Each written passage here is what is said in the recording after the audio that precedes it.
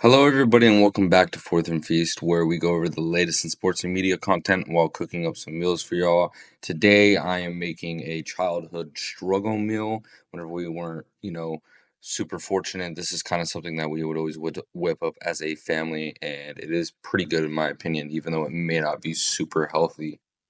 I know I am having a bunch of technical difficulties, so hopefully this video doesn't come out too bad. Just want to start off by apologizing for that, and it is going to be a little bit of a shorter video.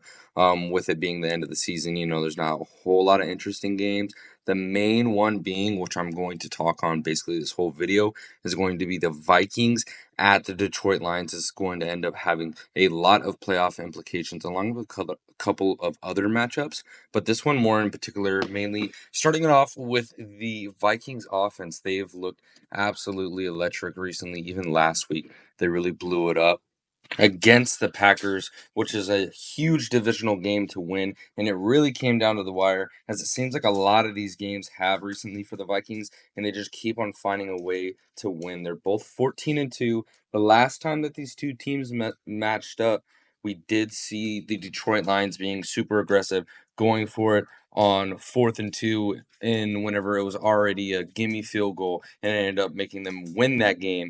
And so I would love to see the Vikings respond, especially with that offense. It seems like Jordan Addison is really starting to click and really starting to roll.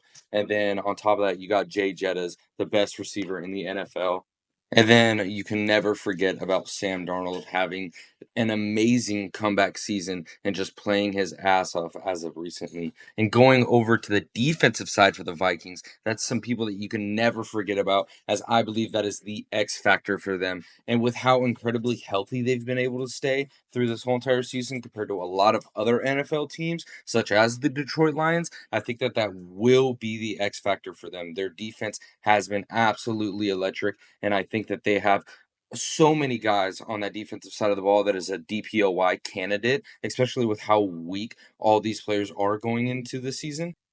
And going over to the Detroit Lions, they looked extremely good last week against the 49ers. Now, I know that neither side of that ball was super healthy with the Detroit Lions and the 49ers. I would have loved to see both of them at 100%, but the Detroit Lions did handle business over there on the Bay and came back home. Now, this is going to have huge playoff implications, as I've said. This will either make a team be the 1 seed or the 5 seed between either having that first round bye or having to play in the wild card. That is going to be a huge difference, and I think that the Lions would benefit from that the most, just because of how injured they are on both sides of the ball. And I think that it will be a huge X factor for the defense for the Lions. I just want to see them keep on doing what they're doing. They've been extremely solid with all these mishmash guys, and just want to see them kind of mold together. Hopefully, if they get that first round bye, it will give a chance for a lot of these guys to get healthy and get back into the groove so they can go win a Super Bowl. If you did end up watching this video, I know it was kind of thrown together last second. I've just been dealing with a lot of computer issues and stuff like that. So if you could leave a like, subscribe, maybe comment. And as always, God bless. Y'all have a great day.